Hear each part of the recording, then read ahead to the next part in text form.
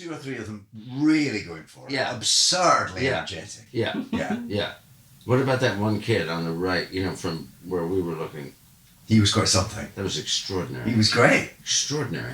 Yours, how old? Reception, so brand new. Okay, right. We did have one last year who was top end of that. She's gone now, so we just had the reception. Okay. She was a Robin. She did more than I thought. I was expecting a sort of internalized kind of staring out, not really pinging. She sang along at least. Yeah.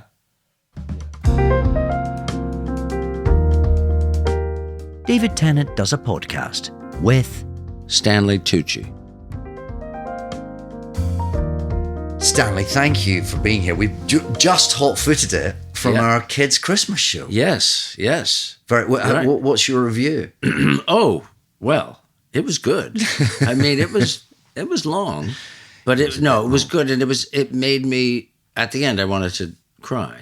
I think that's what it's meant to do, isn't it? Yeah. But it's also very, very funny at the same time. Yes. Yeah. They're all insane. Yeah. They're insane. Yeah. It is like watching crazy people on a stage. But it was lovely. Yeah. I love Christmas, so, It's the way Christmas begins today. Yeah. Are you doing the show still? Yeah. Still. Fucking hell. Yeah. You are indefatigable. I've got a week left. A week left. We're just getting to the stage now where you're like, again? No, I know. I mean, I love it, and I wouldn't want it to. Yeah. I think that, I feel like when you do a show, it's baked in. Like when you're about 10 days out from the end, you sort of go, oh, not anymore. Yeah, no. But you could do it for 6 months, or you could do it for 3 weeks, and it'd be the same point at which you sort of are to ready me, to leave. like 5 weeks is the most, and I say this not having done a play for like 20 years, over 20 years. Right. And I realized that, but every time I had done a play, I realized like when I got to the 5th week, I was like, okay, that's it. Because then I know that there's still, there's still more to do. Yeah. But I want to leave it like on an inhale. Do you know what I mean? Yeah, that's I don't want to get to the point where I've gotten, which is like, oh, watch me do it this way. Yeah. Do you know what I mean? I know there's a laugh there when really there shouldn't be a laugh there. Yes. But I know I can get one. That is the real danger. You start to realize, I could pull a lovely face here. It wouldn't mean anything. It wouldn't be truthful. It wouldn't have anything to do with the story. But Jesus, I could bring that one. I get a laugh. I don't know why I didn't think of it before. Do you know what I mean? Once she turns her back. 20 years since you've done a play. Did you ever do a long run? I did 6 months on Broadway. Okay. And that was the last time I did a play. Because that was enough? It almost fucking killed me. Right, yeah. It was too much. It was also became personal and messed up my life. It was just, Right, yeah. It was too much. And then I was, you get offered like amazing stuff and I'm like, I can't do it. I just can't do it. And also with the little kids, I found it really hard because my kids were really little at the time, the older ones. Yeah. And I just said, I can't do that anymore. It's not a great show. I mean, at least you get to take them to school. So they see you, but then... I don't know how you do that. I couldn't do that. I couldn't get up and do that. You've met Georgia. I don't have a choice. Yeah. No, I think it's good. I like that but there's not a sense that, that you're going to have a lion. I'm not in a separate room, no. No. Yeah. It's good. You can try and get a nap before... I might try and get a nap after this. Yeah. Sneak a little one in before the evening show. Yeah. Especially as one gets a little older. It does yes. get harder. Well, I found out when I was doing the show in Italy this year that we did another 10 episodes. And I was like, I would be so tired in the afternoon, like completely exhausted by about 1 o'clock. And I was like, something's wrong with me.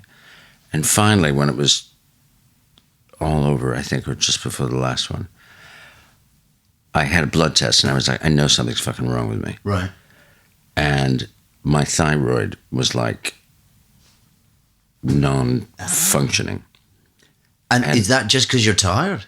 No, it's from, I was like, what is it? Is it stress? Because I can have it from stress and whatever. I was like, I don't know what's happening. And they kept saying your cholesterol level's really high. I was like, why? This doesn't make any fucking sense. And what happened was, because I had radiation 6-7 years ago, it burned out my thyroid. So it's only just happening now. And I talked to my oncologist in New York. He goes, yeah.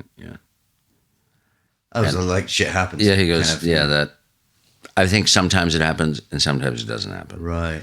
And so he goes, yeah, that's because of the radiation. I was like, okay, fine. As long as I know. Yeah. As long as I know it's not some sort of, thing that. New hideous thing. A hideous thing or some, genetic sort of whatever. Yeah. So then you take this pill, which is basically Synthroid, which is a, synthetic thyroid. Fine. I mean, I'm getting another blood test because I think I might have to up it a bit. Right. Because I still get in the afternoon, I'm like. Yeah, but I get that. Yeah, but that's it's human. It's human, but mine is like literally you can't think. You can't move, you can't think, you can't. And once I started taking the pill, like it made a huge difference, but I know I want to get back to where I was. It is normal, and especially now, I just turned 64. Yeah. I mean, fuck. Yeah. Yeah. I mean, there are times I don't want to do fucking anything. I mean, that used to be retire age. Yes, I know. It's not happening, is it? No, neither would you want it to. No, I wouldn't. It would drive you mad. No, I would go mad. I just don't want to do it. I want to do it because I want to do it, not because I have to do it. I mean, work. You know what I mean? Yes. That's the golden retirement, I suppose, where you're electing to work. Yeah, and you're picking the right stuff, and you're just like, no, I don't want to go away. I don't want to do that. Do you know what I mean? I mean, there's all the other shit you want to do too. There's all the, I love painting and all that kind of stuff, and I want to spend time doing that, and I want to direct a play again, and I want to do a play again, and all that. Yeah. But yeah, I don't want to have to just because the thing about making movies or TV or whatever, 80% of your time is waiting. Sure, and that's course. The part that drives me fucking crazy. Right? Don't you find that? Do you go crazy or? I don't know that I do go crazy because I find when you're at home, it's so hectic. With the little kids. Yes. That when you go to work and someone goes, just sit in that little shed for an hour, and there's nothing will be required of you other than waiting. There's part of me kind of goes, yeah, no, I know what you mean. That's okay. I can cope with that. Yeah. No, I know what you mean. It's not the worst thing. Well, you're helpless. You're helpless. Right? Yes. I don't like the infantilization. No. That is visited. But I do know what you mean. There are those times where you're like, you're getting emails like Felicity, who's like, on her computer constantly because that's her job. Yeah, sure. So she's also doing the home stuff and whatever she's doing and, connecting with our office and connecting with blah. So she's sending out reams of emails. And she goes, did you read that email about the blah, blah, blah? And I go, no, I didn't. Do you just fess up straight away or do you ever try and obfuscate? No, I basically... Which particular email of the several that I've obviously have read? Of that thread. Yeah. It's not a thread, it's a whole robe. Yeah. It's like, no, I didn't, because I'm bad on that stuff for the most part. But also I'm like, a lot of times... You start to look, and you go, oh, I'm going to look at this thing that came in for the new house. Then I'll look through the, whatever, how much the costs and the thing. And as soon as you start doing it, they knock on your door. Yes. They go, so we give you a 20-minute warning. You go, okay, great. And you think, all right, and you start to look again, then they knock again. So sorry. We're going to have to change that. To what? 10, fine, 10. Knock. Stanley, just want to check your wardrobe. And after a while, you're like, fuck it. Yeah. I'm not going to read it. Forget it. I give up. Yeah, you're right. Then I have a real excuse not to look at it. Yeah, it is. But that is the infantilization too. Is just want to make sure you have your blah blah blah. Do you need are you dressed? Do you need help dressing? It's like, no, I can dress myself. Yes. The every moment of your day has to, even when it is downtime, it has to be monitored and continuous updates need to be given. Yes. Yeah. I mean, it's not really, I don't think it's particularly gracious to complain about. But yeah. No, it's not. It's not. I feel terrible saying we do, it. And we must. It's spoiled. Yeah. Do you know what I mean? Spoiled, yeah. Sorry. No. Can I get you anything at all? Fuck off, leave it alone. Literally anything. Anything from the world. Anywhere. Yeah. From anywhere in the world. We're close to Harrods, you know? Yeah. A giraffe? Can I get you a giraffe? Anything. Yeah. But I don't entirely love that being spoiled, because it makes me realize how sort of pathetic I am as a human being. No, it's true. Yeah. And I don't ask for anything. Like, I very seldom ask for anything. I bring my own food. You bring your own lunch in. I do. I bring my own food. The only thing I'll ask for is if you can just let me know, like, how close we are to my trailer where we're filming, because I would like, just when we have a break, just to come home and come back and heat up my food. That's all. Yeah. That's all I need. I need that. But then someone will want to do it for you. Yeah, and I'm like, no, you can't do it for me. I can do it. No, I like to do it myself, actually. Yeah. Which is weird. Yeah. But not really, because sometimes it makes sense. You know what you're doing. Yeah. But yeah, I don't want, because I have seen those people in the past who are constantly sort of going, can you do this? Can you do this for me? Can you do this for me? Can you do this for me? And I'm like, don't do that. No, don't. Those people have a job. They don't. You're only one person. Yeah. They don't need you. They're already busier than you. Yes. And they've been here since 4 a.m. Yes, quite. And they'll leave after you leave. Yeah. And they're driving themselves. Mm. Have you always been well behaved on a set, or have you learned by observing others? Always, just instinctively. Yeah. Always. I mean, it's not that I won't get upset about stuff. I think the thing that, I'll get irritated is about disorganization and when time is wasted. Yeah. Do you know what I mean? When a director isn't making a decision about how to shoot something, when they're just doing excessive coverage and you realize that there's no like clarity of vision, and you're just like, well, you know, what are you doing? Why are you even here? Do you know what I mean? They do all the mathematical possibilities of angles, and you're like, well, that's not actually directing, is it? That's just you putting a camera in different places. Do you do that since you've been a director, or have you always... No, I was always like that. Oh, right. And once I learned, which doesn't take that long, to realize, like, oh, that's just shooting the shit out of something. I find that really frustrating, where and then their direction to you is not even direction. Do you know what I mean? It's that kind of, you know, it's the waste of time and energy. Yeah. Because you think, well, if we really focus, if we really break this down and look at what it should be, and if there's some kind of real vision for it, it won't take us that long, and it will be better. Yeah. Because we'll have saved energy, and we'll have put the energy into the right places. Yeah. And then when you get into the editing room, you'll have something that's substantial, not just a bunch of shots of people talking. And then when you get into and then when you see the final product, when there's that excessive coverage, it's very cutty and not. So then every scene becomes the same. And that's like a bugbear of mine, that when every scene in a movie is the same. And even though the scenes are different, but then they end up looking the same, being shot the same, being cut the same. Yeah. You do have an effect on people, though. Now, some of that will be to do with, obviously, the work you've done, the status you have acquired. But I've seen you in the wild, as it were, and people are giddy around you. Now, I don't know if this is I don't know if this is since you've become famous also as yourself, which is relatively recent for you, isn't it? The last four. You sort of mixed the cocktail during lockdown, and the world's knees went giddy. The knees of the world trembled. And that became a sort of slightly different. Yeah, you're viewed through a slightly different frame, I think. Yeah, it's weird. Yeah, it is weird. Not unpleasant, or is it unpleasant? No, it's great. Yeah, it's great. I mean, it can be uncomfortable sometimes. Yeah.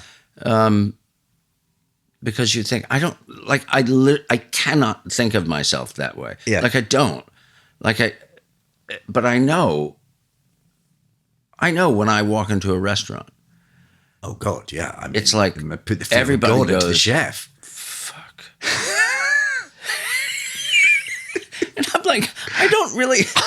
I know the food that I really like. I know a fair amount about food. I'm not a chef. But this effect you have on people, it obviously comes from people that loving what you do, admiring the way admiring you as an actor, admiring how you talk about food and getting people excited. These sort of dual careers that you now have. Yeah. And clearly there are a lot of women folk out there who've decided you're the person they want to come home to have a cocktail shaken by. Yes. And that's, that's lovely.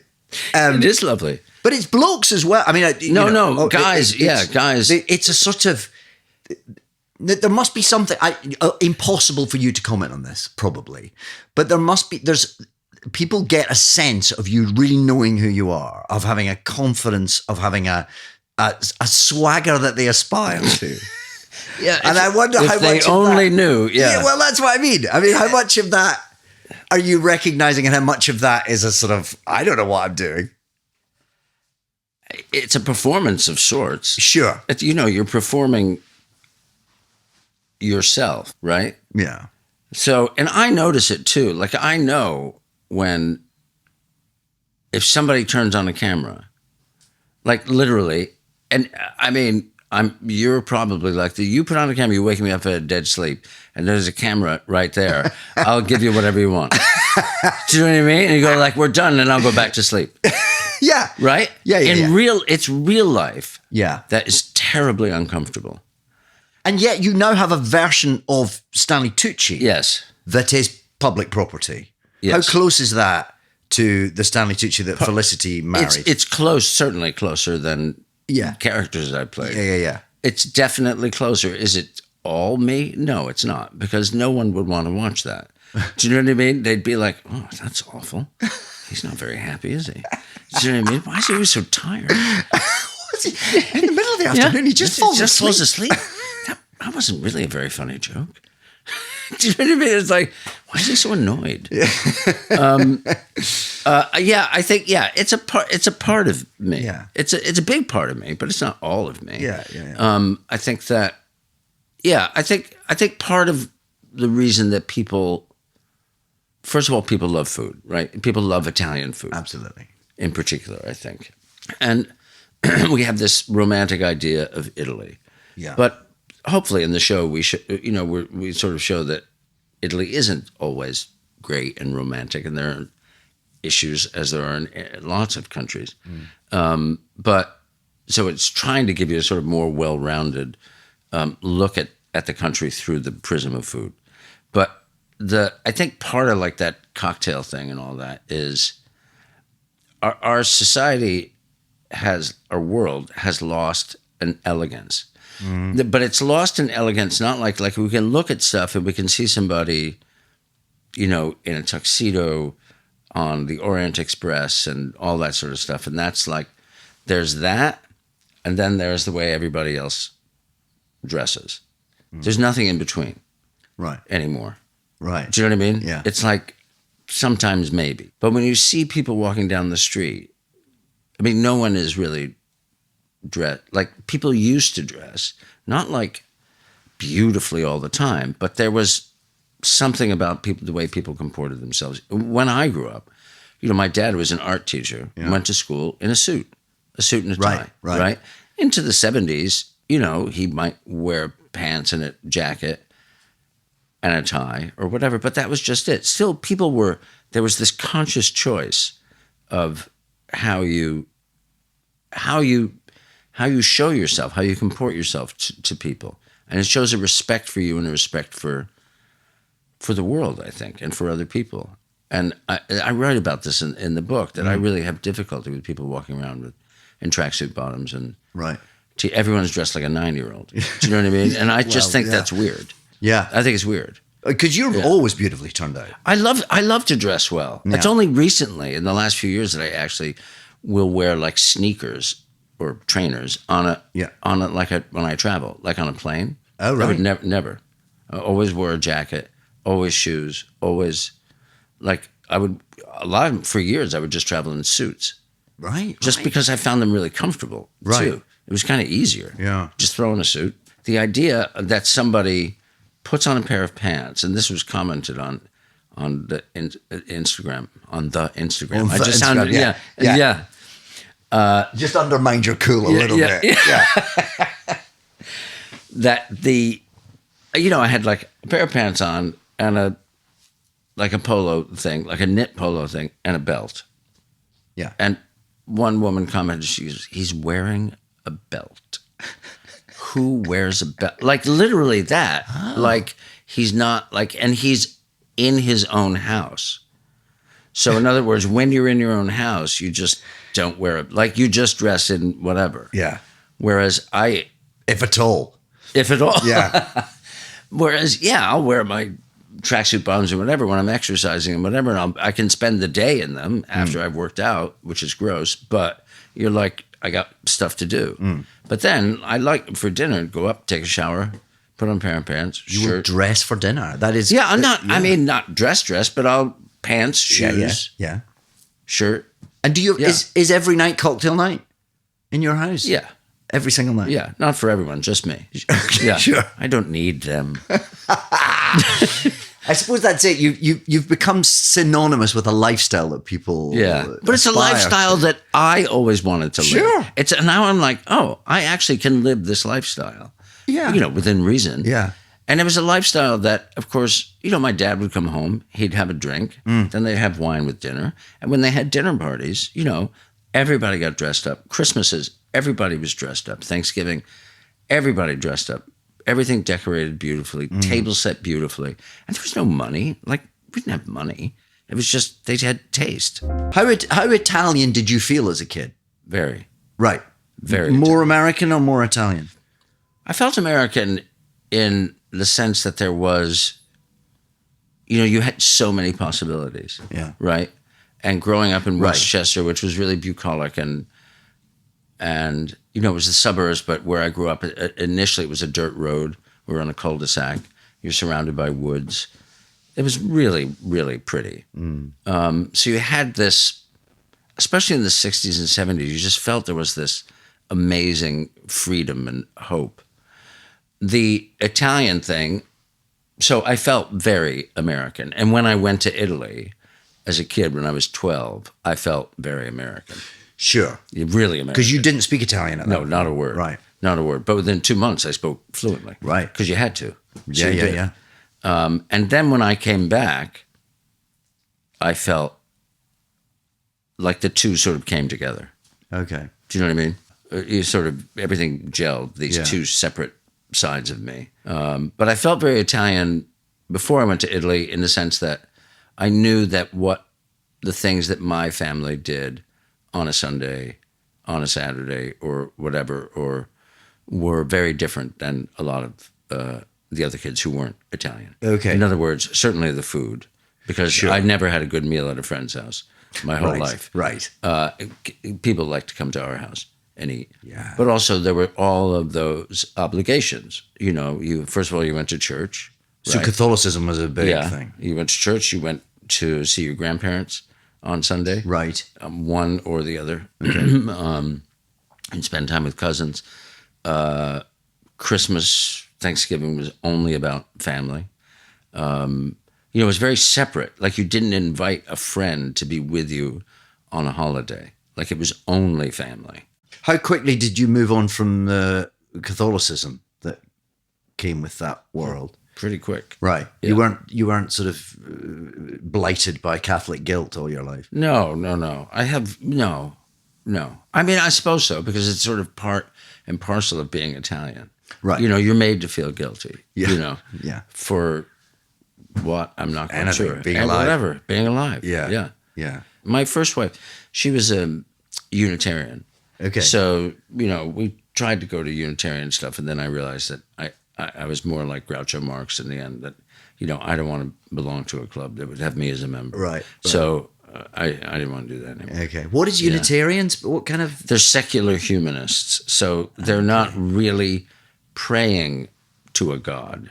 They believe more in, I suppose, the belief that I'm sure lots of people listen to this and go like, he has no idea what he's talking about. And I don't. But that really, that people are the thing to believe in, Okay. right? That there probably is maybe a higher power, but it's not. But we're not committing. We're not committing, Yeah. I think. And it really is it was quite lovely, I thought. It was about community more than anything.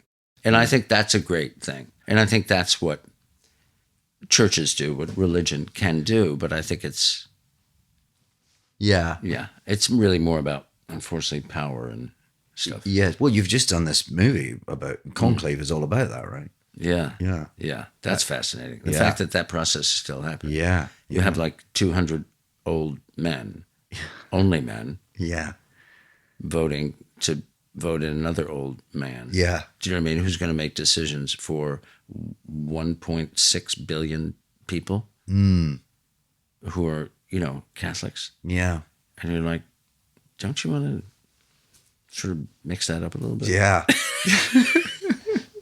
Like women? Yeah. That'd be good. That'd be a start. Yeah. So where in all this, it doesn't sound like there were a lot of precedents for going into acting around you as a child. Well, your parents were creative, obviously. Yeah, my mother creative in the kitchen. My father, yeah. Yeah. Yeah. But where did acting come from? I don't know. Really? Just No, I popped literally out of the blue? don't know. I don't know. Were you doing it at school? Was there... Yeah, when I was a kid, I remember doing this play when I was like in 6th grade or something. And I had this teacher who had done off-Broadway, off-Broadway stuff. He had written a musical about the tortoise and the hare, like a little thing. And I did it, and I had done a little play before that he had done. And I realized that it was weird, I walked on stage, and I was like, oh, this is where I'm supposed to be. In that moment? Yeah.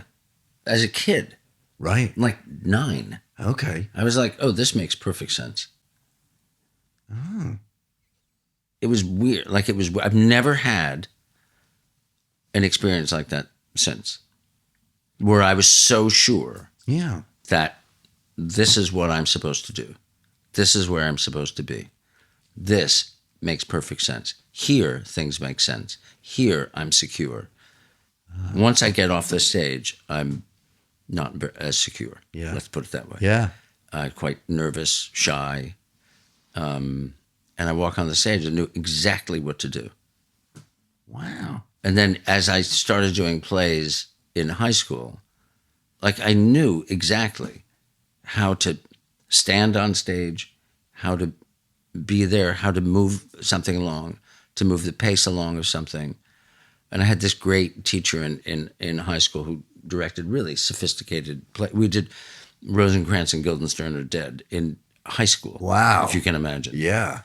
And I remember I designed the set for it. And I was like, oh, I think I need to have a platform. Can we build a platform in the middle of the audience so that we can jump from the stage onto the platform, and then we can have certain scenes take place right there on the platform? And he was like, yeah, that's a great idea. So you were already directing? In a sense, yeah. Yeah. I could see it very clearly. And I was so comfortable. And I still am. Yeah. Really comfortable. And then you walk off stage and you're like, oh, now what happens? Never But realized. you know what, movies and, theater, they're about, in our lives, we cannot control space. We cannot control time.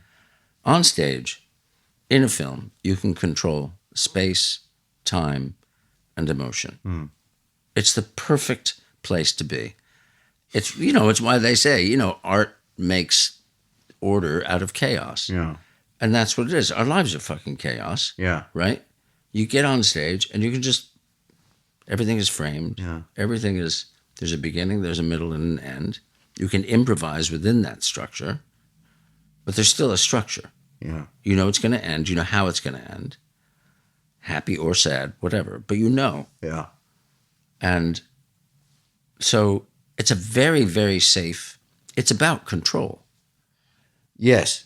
Which you obviously had because quite reasonably early in your career, sort of as soon as things started to take off for you, you made a movie which you co-wrote, co-directed, and co-starred in, which does indicate Control was quite tempting. Very. Yeah. Yeah.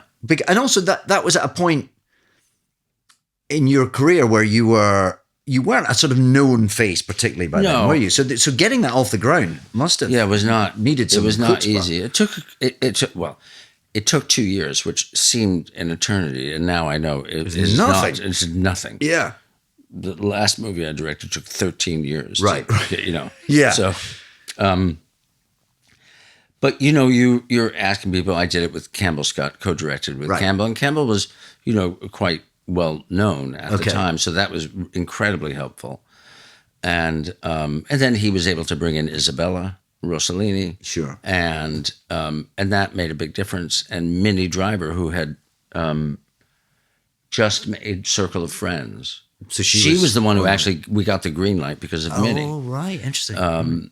And so but that and that happened, and it turned out much better than we ever could have imagined.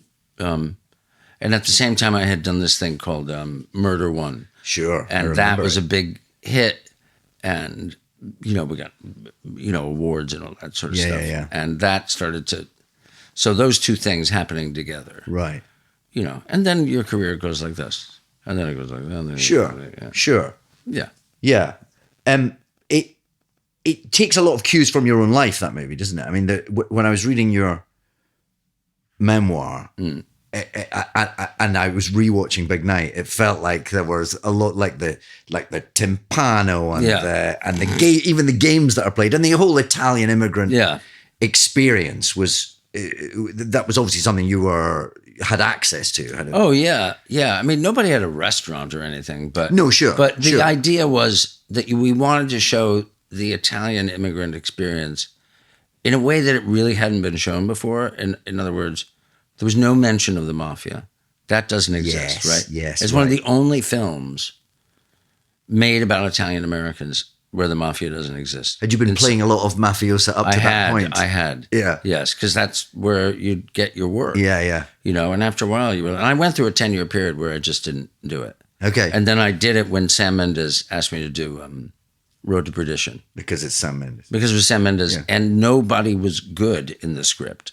Right. Like the Irishmen, Okay. and the Italians were all questionable. Do you know what I mean? Yeah. So it was like that was great. It wasn't like you're bad because you're Italian. Yes. Which is normally the way Italians are portrayed. Yeah. And so we wanted to show that, and we wanted to show basically and every movie I've made is the same thing. They're about identity and about an artist's identity in a way. And how does that artist fit into society? And that's what so much of Big Night is about. Within the context of that immigrant experience. And it turned out to be really successful, and it's like weird. We never knew, but the producers left us alone. They never. Oh, right. Yeah, but they didn't. They were doing bigger movies. It was this company called Reicher Entertainment. They were doing these big movies. They thought ours was like, and we would invite them into the editing room. They go, "Nah, it's all right. Don't worry." That's all right. We'll see you later. And then that was it. Do you think that directing is often about vibes rather than anything you actually do? Yes. Yeah. Yeah. I mean, look, 90% of it is casting. Sure. Right? The other 10% is your DP and vibes. Yeah. It is. Yeah. I mean, you just got to create a nice set. Sure. Create a set where people are having a good time, and you can get in there, you trust each other, and then you're like, okay, what time is it? Yeah. Let's go home. Did we get it? You got it. Let's get out of here. Yeah. I hate those guys who are like, no, I think we need to, the seriousness of it. And you're like, it doesn't pay off. I don't, this may come out wrong. I really don't want it to. But there's something about your acting which feels very effortless. Like I don't give a shit. Like you don't give a shit. And yet it's always, you sort of burn through the screen. You absolutely, so is it about... David, I can't believe, you're very kind. No, it's true though. It's true. And you mentioned Murder One, which is the first time I remember seeing you. Yeah. And I remember you were dazzling in that. And I remember going, who the fuck is this? And then Big Night came out and I went, oh, this is who this is. And and yet there's an ease to watching you, which is very compelling. Is that conscious, or is that just how you do it? That's just No, it's just how you do it. I think that for me, you have to. The older you get, the more you do something, the less energy you realize you need in order to do it. Everything becomes distilled, right? So the things that where you used to put a lot of energy into, that energy wasn't really going anywhere. It was just you trying to do something, as opposed to just doing it. Sometimes, not to sound like a Nike ad, but just do it. Just do it. Don't talk about it. I hate talking about it. Do you? Yeah. Right. When I was younger, I would a little bit more. And there are lots of actors who just want to talk it to death. And I'm like, why? Yeah. Just do it. Or, when you do a take, and then somebody says, I wonder if this could be this. And then this conversation starts. And you think, so we do it again. I'll just do it again. Just do it. Yeah. Just do it again. I'll do it again. Yeah. And I'll do it a different way. Yeah. And I'm going to do it a different way. And then if you want me to do it this one way, and I don't agree with that, I will probably say, no, I don't think that will be right. And I'll push back on something, because I'll be like, I don't want them to use that. Yes, because once they've got it. If they got it. They've got it. Yeah. But for the most part, no, to me, it's when you see people as they get older, you just see the performances start to become calmer. Yeah. No matter what it's more focused. It's distilled, and that's, think about when you first started, right? Chewing the scenery, desperate to try and make an impression. Yeah. Yeah, me too. I mean, I was like, and it's like, no, you don't have to. Yeah. My friend who's a director who passed away, was a Romanian guy. And he said, he taught me a huge amount about acting. He directed me in a few plays. And he said, actors forget. We were doing a production of Scapan, like an updated version of Scapan. And I'd walk on stage and I wanted to do something at the beginning. And he said, no, just stand there. And I was like, and I go, no, but I have to do something. He goes, you don't have to do anything. Just stand there. You're going to be doing a lot later, number one. And second of all, actors forget that one of the reasons they're actors is because they're interesting and people want to watch them. So don't. Right. Just don't. Right. Yeah.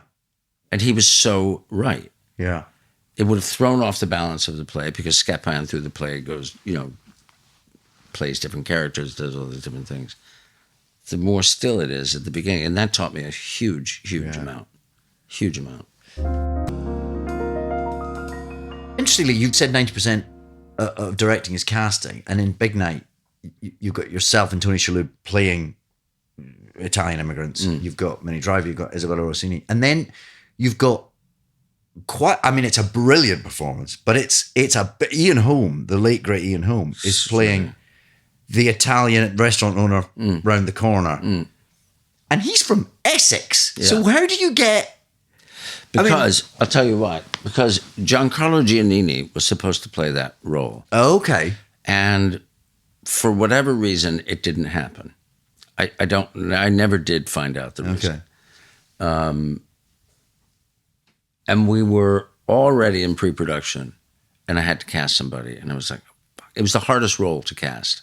Right, yeah. Hardest role. Because he's actually not even Italian. The character's written as Corsican.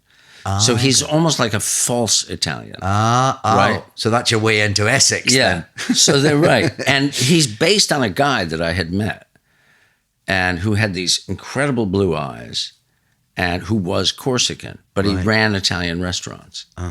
And he was fascinating. And he swore constantly, but there was something really magnetic about him. It was something you just didn't trust. Right. So we were looking at all these different people. My God, it went on forever. And then I looked at, somebody brought up Ian, and then all I had to do was look at Chariots of Fire. Okay. and you look at Chariots of Fire, because also I wanted the behavior to be like Italian-ish. Do you know what I mean? Because the Corsican, that sort of Mediterranean, there are certain gestures and certain things that, Almost self-consciously yeah, Mediterranean. yeah, in a way. And I looked at him do that, and it was there are like very few people who will play Italians in movies that I go, he's Italian. Yeah, right. Right. Most people who play Italians, and this is another, I think, for me, interesting conversation about Italians in film, but a lot of people who play Italians, I don't believe for a second that they're Italian. That's basically 99% of people play Italian. I go like, you're not Italian. Marlon Brando in The Godfather, still, you're like, that is incredible. Right. Like that is, like you'd believe that person is Italian. And Ian Holm in Chariots of Fire. Right. It's incredibly subtle what he does, but you look at him and you're like, I would believe he was Italian. Okay. I'm hard pressed to find another performance. Yeah. Where I think somebody's like, oh, he's Italian. Yeah. I mean, he is brilliant in it, Yeah. but it's not the obvious place you necessarily. Did you No, get any no. pushback from the Italian Corsican actors going, hey, yeah, right. what's going on? Not in those days. Yeah.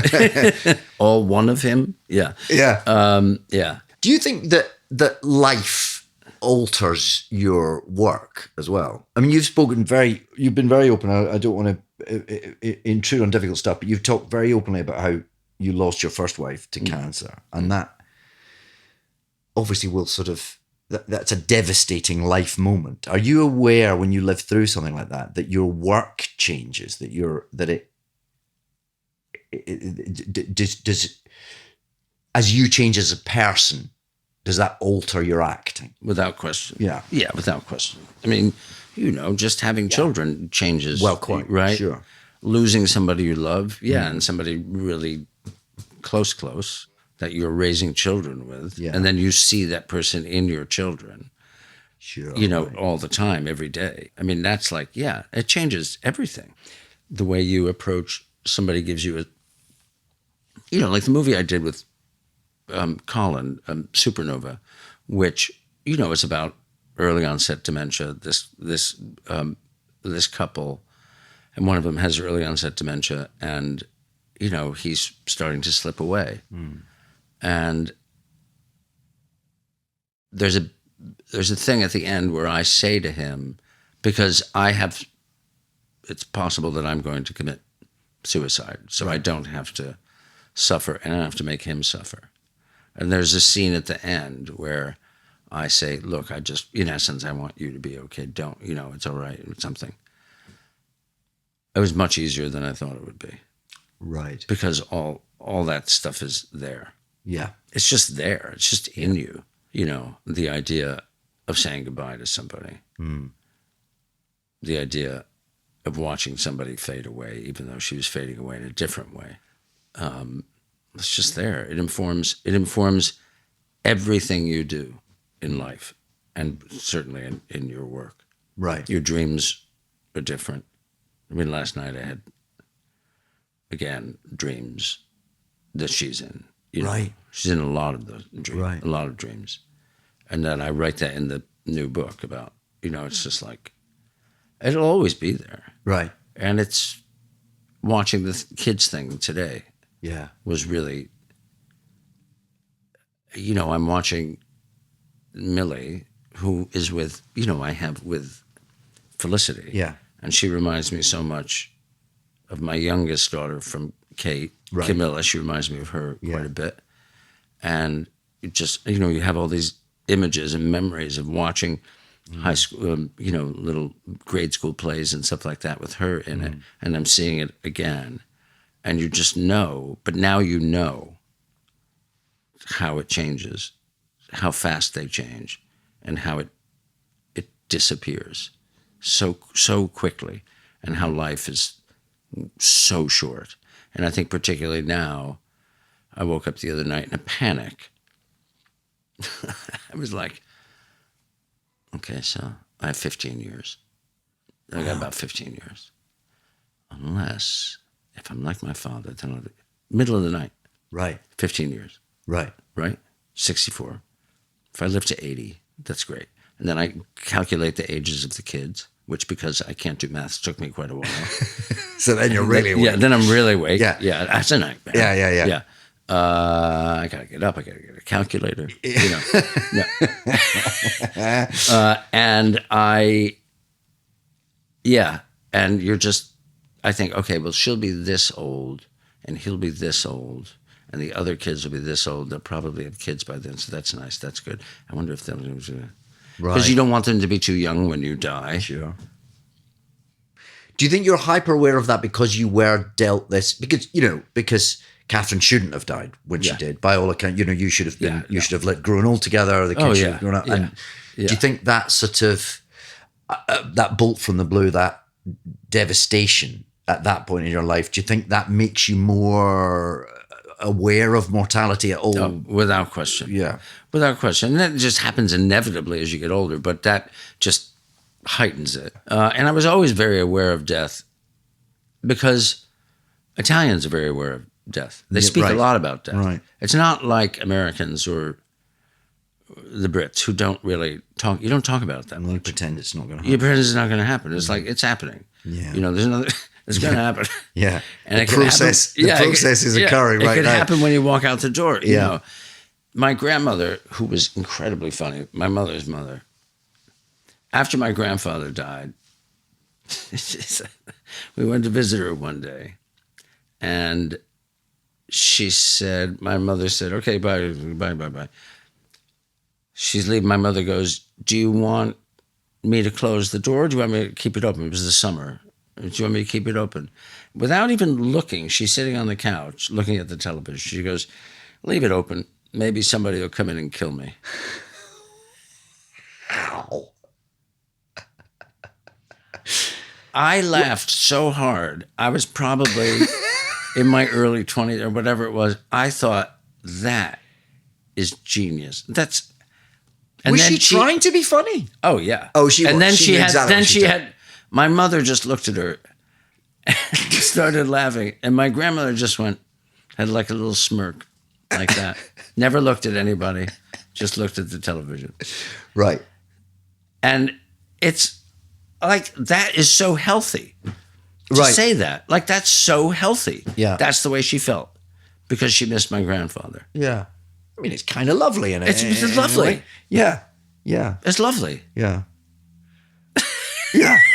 But it's like Liam, Liam Neeson. Do you know Liam? I don't, no. Okay. Well, he's the loveliest guy. And his wife, Natasha, we were very good friends. Sure. And she passed away a month before Kate passed away. Oh, right. And I saw Liam, this is quite a few years ago now. I saw him at some event. And I said, how you doing? He said, yeah, I'm good. And, because he came and saw Kate, like, basically on her deathbed. And Kate went to Tasha's funeral. And I said, how you doing? He said, yeah, good. How are you? I said, good. It's hard, blah, blah, blah, blah, blah. Yeah. And he goes, yeah, I know. He goes, Tosh, it's funny, it's weird, it's hard. He goes, I talk to her every day. And I said, you do? And he goes, yeah. He goes, I don't miss her, but I talk to her. And I thought that was just one of the funniest things. I mean, obviously it's not true. Yeah. But it's that kind of humor Yes. that, again, the Irish do. Yes. Right? Like Italians do. Yes. That you're acknowledging it. Yeah. My father always used to say about certain things. He goes, I go, well, when we do the blah, blah, blah, when this happens, and he goes, yeah, well, I'm not going to be here. Right. And I always thought, oh, geez, and now I say it all the time. Right. I'm like, well, I won't be here, but, Right. Good luck with that. How are you processing the fact that less than 10 years after Kate dies, you're then diagnosed with cancer yourself? What does how do you objectively deal with that moment? I don't know. It was hard. Yeah. Thank God for Felicity. I mean, Yeah. she was incredible. Yeah. She was incredible. Because by then you've met Felicity, you've remarried, you've got Yeah. Matteo's tiny, and Yeah, and she Millie's was on the way, right? She's on the way. She was incredibly pregnant. God. And, it was awful. And I was adamantly against standard of care because I saw the damage that it had done to Kate. And I looked at statistics for so many cancers, and I was like, what are we doing? Like, chemotherapy? Really? Well, interesting. You write in your book about putting off the appointment with the specialist. You knew something was wrong. You were in pain. What was that about? What was it? Fear. Right. It's just fear. But were Fear you of- able to just sort of put it out of your mind? Oh, long no, enough? no. No, you were living with the you're terror. living with the terror. But still not doing anything about it. Not really. Yeah. Wow. Yeah, it was really dumb. And now I'm like hyper vigilant. And the thing is, you have to remember, also because we had explored so many alternative treatments for Kate, Right. Alongside of the standard of care. We had some standard of care treatments where the doctors were amazing, and others where they were just like, you're just a number. Right. And whatever. And basically you're not going to make it. So, right. whereas others weren't like that. So I became really, really interested in alternative treatments. Okay. But then when we looked at the statistics of my kind of cancer, the cure rate, Yeah. which was stage 1, was small cell squamous. I never remember which order those words go. Okay. Sure. Carcinoma, base of tongue, no metastasis. Right. That's the key thing. Yes. I looked at the cure rate, I looked at the protocol and then their cure rate, and I was like, I can't argue with that. It was like close to 92%. Right. Right. And I was like, it's really hard to argue with. I want to argue with it, but I can't. So there was a part of you was like, I'm just, what will be, will be. Yeah, part Until of me you was saw the like, I'm going to statistics. do these alternative treatments. Oh, I see. Because I have like these machines at home that I used on Kate that I still think are really, really interesting. But I don't then people were saying, no, just go to this place in Mexico and drink fruit juice. I'm like, well, no, I can't drink fruit juice anyway. Yeah. So I'm not, Right. I'm not going to Mexico. Right. And then you just looked at it and I was like, all right. And I did it. And Now you write about the treatment. It sounds like a medieval torture. You were sort of strapped into a machine, or yeah, they make a mask of your face, a webbed mask, right? So they put this mold on you, and they do that. so like you're having prosthetics taken for Exactly, a role. The same exactly. thing where they cover your head in a Right. kind of gloop. Exactly. So they do that. Now I'm claustrophobic. Sure. So they do that right away. I'm like, ugh, hate that. Yeah. Do that. And make a webbed mask. Yeah. Then they have a board that you get pinioned. Is that the right word? Yeah, sure. It's held down. Yeah. So you put your head like this. They put on the mask. They snap you in. And then open your mouth. It has a hole right here in your mouth. And they take a piece of plastic, like a plastic tube. It's about that long. Yeah, About but- that big. But a couple of inches. Stick it into your mouth. And you hold that in your mouth so you don't move your jaw.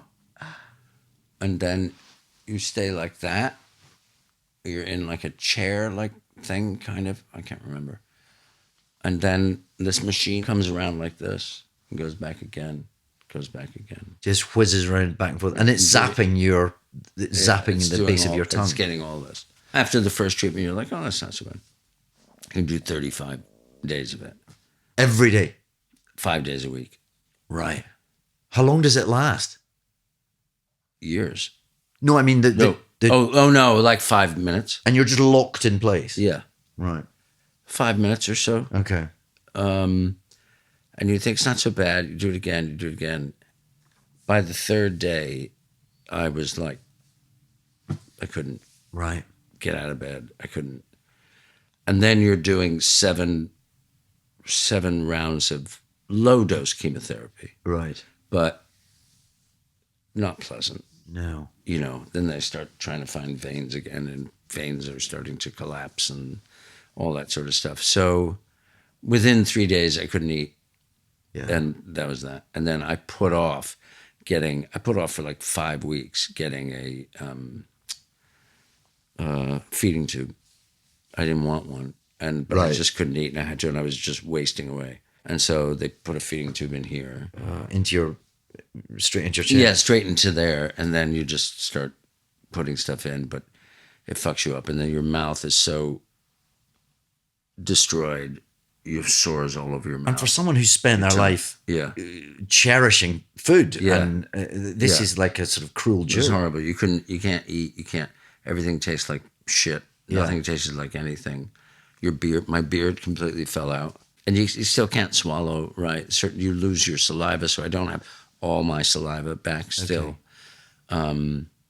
So you have to eat things that are soft, things that have moisture. Eating a sandwich can take, It's because wasn't there a period, even after you were cured, you still couldn't eat properly, and everything, for months stank of shit. Months and months and months. Right. Months. And then eventually I couldn't take those protein things because they just fuck up your stomach. And, so I ended up making my own food and putting it into a blender, adding a little more moisture to it so I could get it through the syringe. Right. And you put on the thing like this. And then put it in your feeding tube. Yeah, put it, and I'd go into the feeding tube. I'd make myself like pasta with beans. Right. And really puree it and put it in there. So I was getting the food that I needed and I liked, and that would sit well with my digestive system. Right. And then what happens is, it's interesting, when you don't eat for that long a period of time, for like 6, your system resets. So any allergies that you've had kind of disappear. So that you lost, is that right? You lost a gluten intolerance through this process? I don't think I was quite gluten intolerant, but my stomach wasn't really functioning well. Right. I was definitely lactose intolerant. Oh, okay. So I would suddenly, as I was able to eat more and more, I could eat like anything. It was weird. Like my system was like, yeah, all right, you can have that. Why not? And then eventually it starts to figure itself out again. Yeah. And now I don't really eat dairy. I don't really like dairy. I'll eat goat and sheep's cheese. But I can eat mozzarella now like I never could really before. Right. It's really weird. It's like a little free gift you're given. It's a little free having gift. Been through the medieval torture. And now, because you lose your taste and smell, it takes a long time for them to come back properly. Yeah. Things become exaggerated and weird, and sort of like after what people experience with COVID. Oh, okay. And like fruit, like a piece of fruit would be like, it's disgusting. Right. And then, but then I'd have like all I wanted for a while was cornflakes. So I'd just eat cornflakes all the time. Like it was weird. And then eventually it figures itself out. And then all of those two senses, the taste and smell, for me now are heightened beyond. Wow. So it's like I'm like a super smeller or a super taster. But, I can tell you instantly, if like Fee always goes, smell that. I go, nope. Right. Taste that. Nope. Yeah. That's fine. That will last 2 more days. So there's been so you're post the cancer, you've been sort of rebirthed as a sort of super gastronome. Yeah, which is great, perfect for what I'm doing. Yeah, because now your career has been slightly rebirthed since then. Is that is this all chance, or is there a part of having had that life moment you've kind of gone, I'm going to concentrate on the stuff that is exciting to me, that is... Yeah, I think I just appreciate it more. Right. Do you know what I mean? I know what it's like not to have it. I know what it's like not to be able to eat. I know what it's like not to be able to sit with your family and your friends and be upstairs in a bed for months on end, listening to them talk to each other, spend time with each other, have fun with each other, hear the clinking of the glasses and the cutlery and all that. It's like a dream almost, or really a nightmare that you can't get into. Do you know what I mean? Like you want to get in there, but you can't get in there. Yeah. Have I got this right, that you were in the same hospital that Millie was born in? Yeah. You were being treated as Felicity was giving birth. Yeah. The doctor walked me over for the birth. We were there, had the birth. I went, congratulations. See you later. And I went back to bed because I couldn't even, I could barely stand up. That must give you a perspective on being a dad of young children. I mean, I'm not saying you would wish it had happened, but it must give you a sense of deliciousness about Yes, having the yes. chance to be with them. Yes. I felt, yeah. I like every day when I see them, it makes me like so happy, so happy. And they're funny too, which is good. Otherwise we'd have to divorce them. Sure. We'd have to. But no, it does. And I think the frustrating thing for me was obviously, having had children and see my late wife, nursing twins, for God's sake, which is like, I said to her, when do you sleep? She goes, you don't. Yeah. Well, we didn't sleep for 3 months. Right. And she especially. Yeah. But not to be able to really be there for Felicity, during that time with Mateo as, a young kid and having Millie, not to be able to be there for her and basically I became like another baby. And that, that I really feel terrible about it. Feel awful about it. There's literally nothing you can do. No, sure. Nothing. Sure. Nothing. You're just vomiting all the time. You're in so much pain. You're taking morphine, and I was on morphine, and it was bad. But you got through it, and now they do. Got through you. it. Now, I still take morphine. No, I'm kidding. I mean, just around the holidays. Yeah. Yeah. Family and all that. Yeah.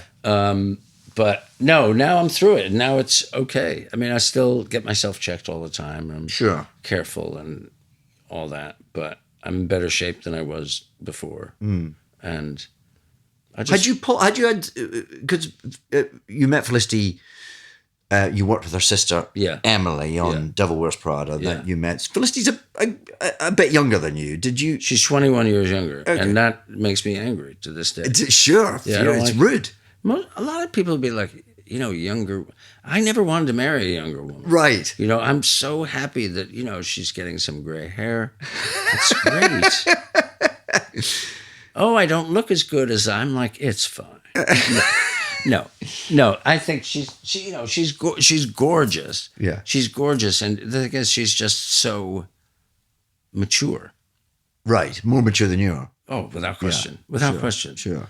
She's so solid and so sure of herself. She's so sure of herself. That's, I think, what I admire most of all. She's a rather high-powered literary agent. She and indeed is your literary agent. Yes. Does she give you notes on your writing? Yeah. Right. And do you take them? Are you good at taking them? Yeah, with her, because they're so smart. It's not like there's a huge amount of notes. If there were, I would be upset. She knows exactly the amount she can get away with. Yeah, maybe, yeah. Yeah. She goes, no, you know what? Maybe here you need to do this. Expand that there. You don't need that bit, blah, blah, blah. And I go, yeah, you're right.